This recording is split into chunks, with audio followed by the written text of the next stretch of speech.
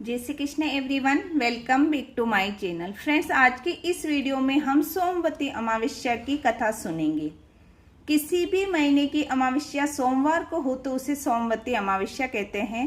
लोकाचार में स्त्रियां पीपल के नीचे 108 चीज एक ही तरह की रखकर कहानी सुनती हैं और पूरी नहीं हो तो 13 या 8 लेकर भी कहानी आप सुन सकते हैं। तो आइए कहानी सुनते हैं। एक साहूकार के 7 लड़के और एक लड़की थी। लड़के सब विवाह कर दिए गए और लड़की कुंवारी थी। साहूकार के घर एक साधु रोज भिक्षा लेने आता और भिक्षा लेकर आशीर्वाद देता हुआ चला जाता।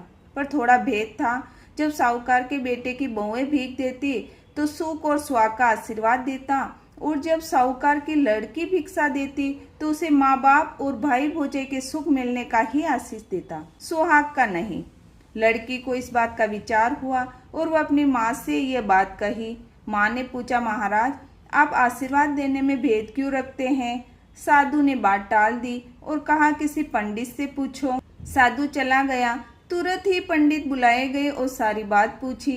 पंडित ने टेवा देखा और विचारा और बताया, इसके भाग में विधवा होना लिखा है, फेरे होते ही विधवा होगी। माँ बहुत दुखी हुई और संकट से छूटने का उपाय पूछा।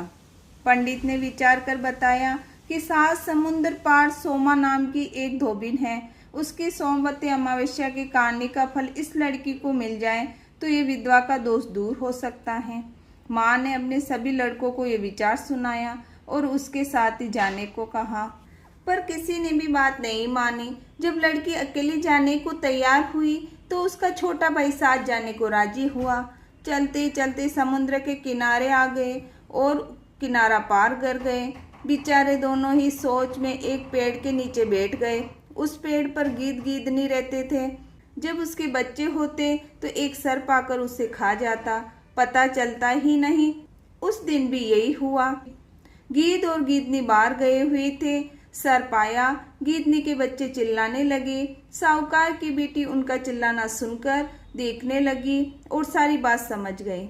झट से उसने वार किया और सर्प को मार दिया।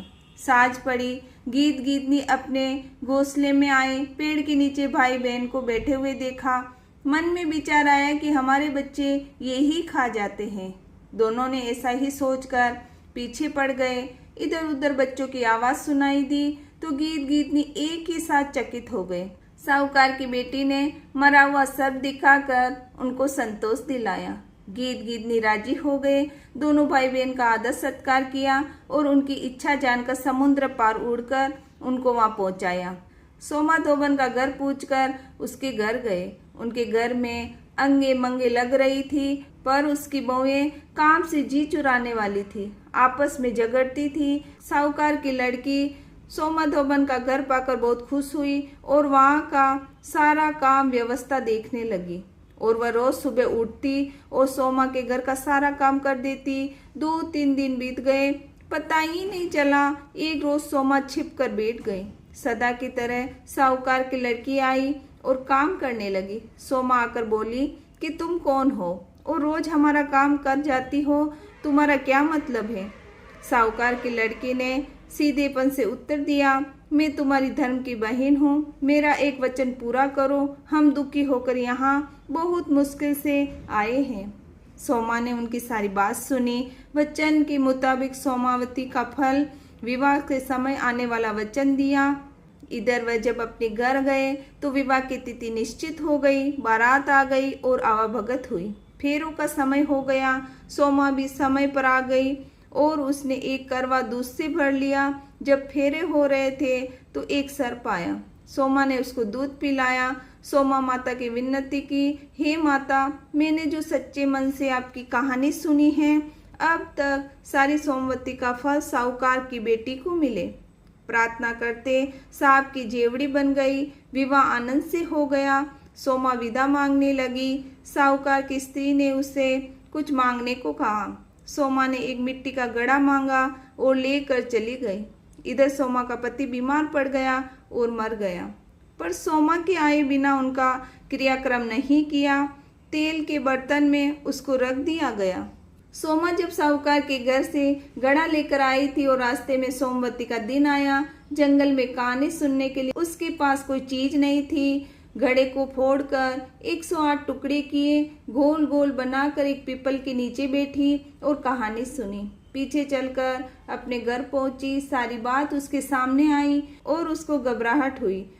अपने पति की लाश को तेल से निकाला, आंखों में काजल, नाखूनों में से मेहंदी, मांग में से रोली, चिटली अंगुली चीर कर खून निकाला और मिलाकर छींटे दिए।